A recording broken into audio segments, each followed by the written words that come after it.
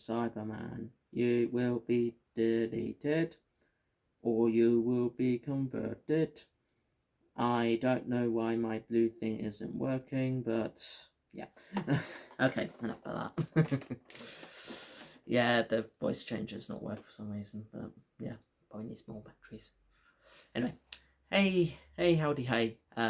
All species are like to be superior in the universe. Wolfman 407 here. So as you might suspect, most of the videos I'm going to do this month will be to do with Doctor Who. The reason for that is because this year marks the 60th anniversary of Doctor Who.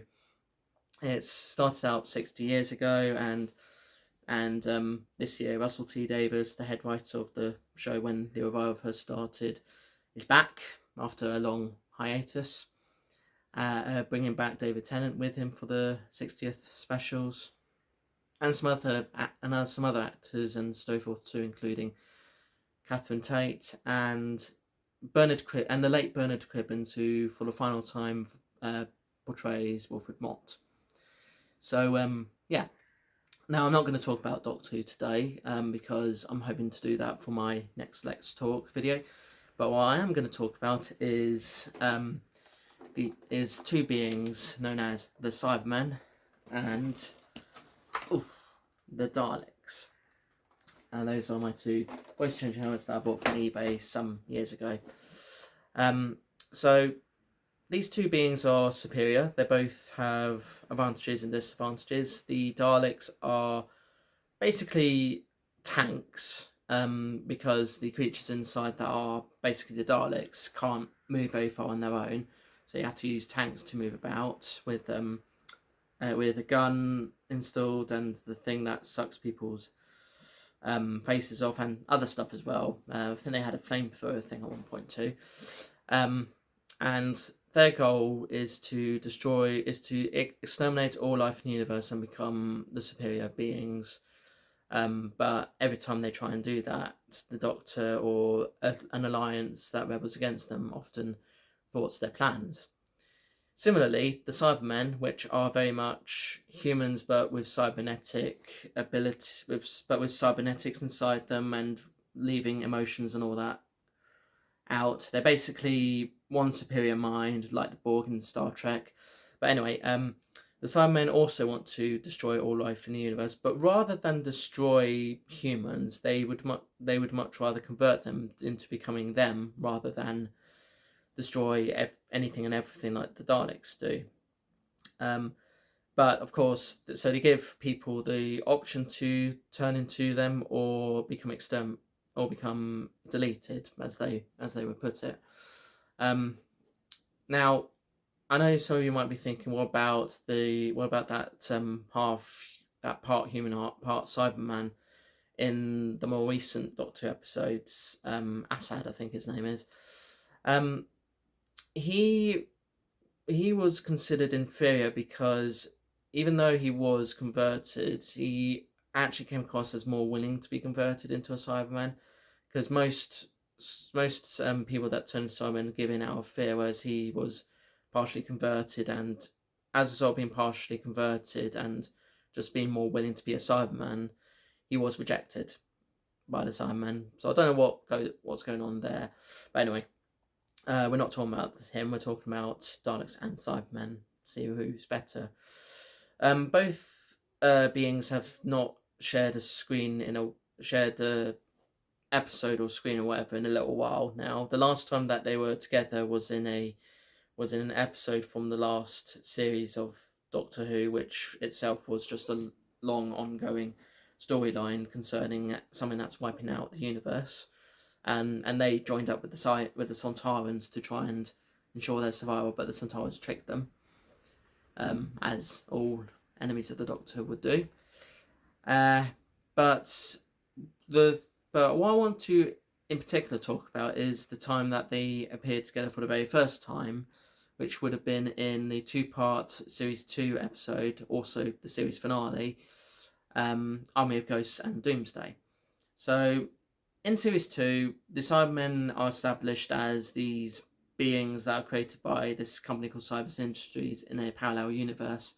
And after the Doctor defeats them and brings himself and Rose back from the parallel universe, leaving Mickey behind because he wants to be with his mum, the Cybermen work to try and get to the other universe to convert more humans. And in doing so, they find a void that has been opened. So they try and get into that, and then in the show, they appear initially as these ghosts of dead relatives, friends, and whatnot, which everyone, including Jackie Tyler, thinks is good for the world, but the Doctor, being the Doctor, suspects otherwise, and traces the source to a secret facility underneath Canary Wharf called Torchwood.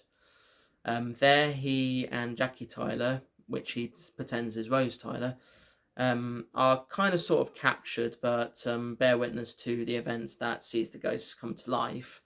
Whereas Rose, being stuck in the TARDIS, goes to where the ship where the void was in, that was in the void, is in. Later on in the episode, the Cybermen reveal themselves as the ghosts and try and take over the Earth. The Doctor questions as to how they managed to get through the void, because the ship, and then the Cybermen say that the ship's not theirs, and then that's when the 4 Daleks that compose the Cult of Skaro revealed themselves. Those of you who don't know, the Cult of Skaro is a group of Daleks commissioned by the at the time deceased Dalek Emperor, with the intention of ensuring that the Daleks can survive in some shape or form. 4 Daleks, one of them being this guy, Dalek Sec, who's the leader, and they have a Time Lord machine called the Genesis R, which contains millions and millions of Daleks, which can only be activated by the hands of a time traveller, so that's why they captured Mickey and Rose. They eventually establish contact with the Cybermen, and they exchange blows between one another, in which the Cybermen believe they could work together because their goals are kind of sort of aligned, but the Daleks believe otherwise and decide to not form an alliance and destroy the Cybermen. Now, the big question I want to answer here is that episode accurate in terms of making sure that the Daleks are actually the more powerful than the Cybermen? And to be completely honest, I think even though the Daleks can very much take on the Cybermen with very little Daleks to take them on, as demonstrated in the episode, so I do believe the Daleks can take them on. The Daleks are not as physically fit or can move as fast as the Cybermen, so the Cybermen could in fact move faster than the Daleks, but the Daleks themselves can still destroy the Cybermen with ease. The Cybermen can't destroy the Daleks, but they can move and run away from them.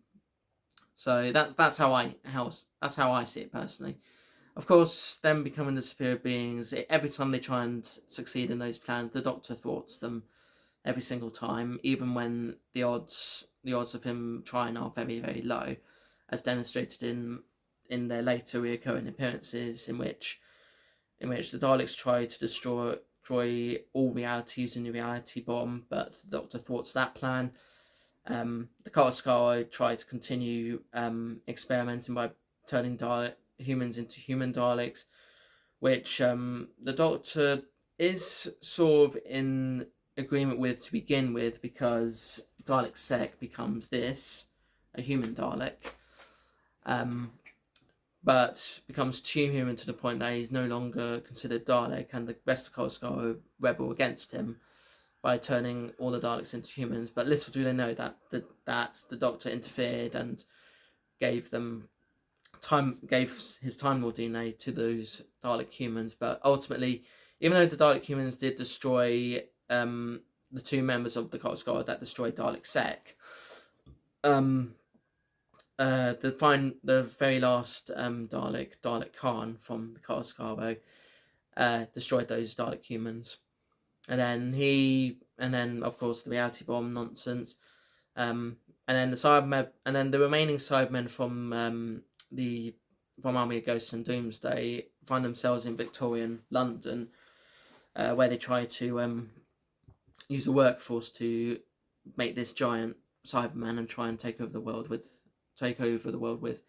that, which again thwarted by the Doctor. And then the next time that the Daleks and Cybermen actually appear together is in the two-part story of Series 5, where it's decided that the Daleks, the Cybermen, the Sontarans, the Jadoon, the Weevils, for some reason, even though they're enemies in the Torchwood series, and others, all appear together to try and, for once, thwart the Doctor, because they think the Doctor is the one responsible for the cracks in time, and they trick him, and they basically put him in Pandorica's box, and yeah, the Doctor eventually finds out the true plan, and it turns out that all his enemies were wrong, and the cracks in time are not his doing. From what I remember, it's been a while since I've seen that series. And then they don't appear together again until I believe the final episode of Matt Smith's era, which was The Time of the Doctor, which concludes a 4-part story arc, which signifies the end of his time as the Doctor, but tries to wrap up all loose ends, including the cracks in time, the thing with the silence, and all other stuff. And in that episode, there's like at least 5 different aliens or species trying to fight against the Doctor and against each other, for that matter, in a sort of little war, because as we learn earlier in the series, it's implied that Trenzalore will be where the Doctor dies, and it's his gravestone. So the characters the beings he faces in that are the Silence, the Cybermen, the Weeping Angels, the Daleks, and the Sontarans, and he's there just protecting his people from all those beings. Of course, it's implied that he's the last incarnation because of reasons. And at the end of the episode, the Daleks are the only ones that remain standing, because the other species have either been destroyed or they retreated. But the Daleks stay because they have a personal vendetta against the Doctor. And then from that point, the Cybermen and the Daleks don't really share a screen for quite a long time, until the final series of Jodie Whittaker's era, in which the Cybermen and the Daleks are part of a little alliance with the Sontarans. Well, the Sontarans trick them, as I mentioned earlier.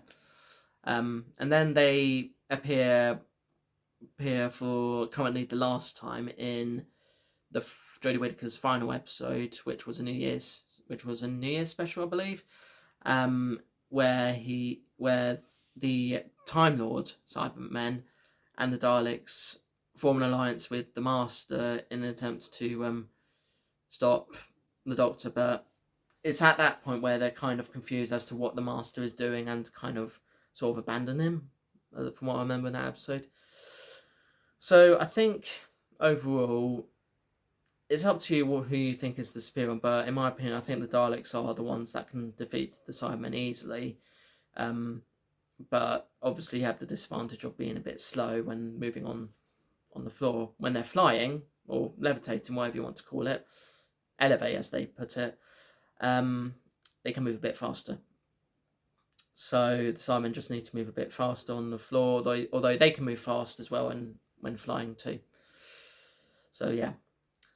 So I think that's pretty much all I can say on those two beings. Of course, draw your own conclusions. And yeah, have a good time celebrating Doctor Who in its 60th anniversary.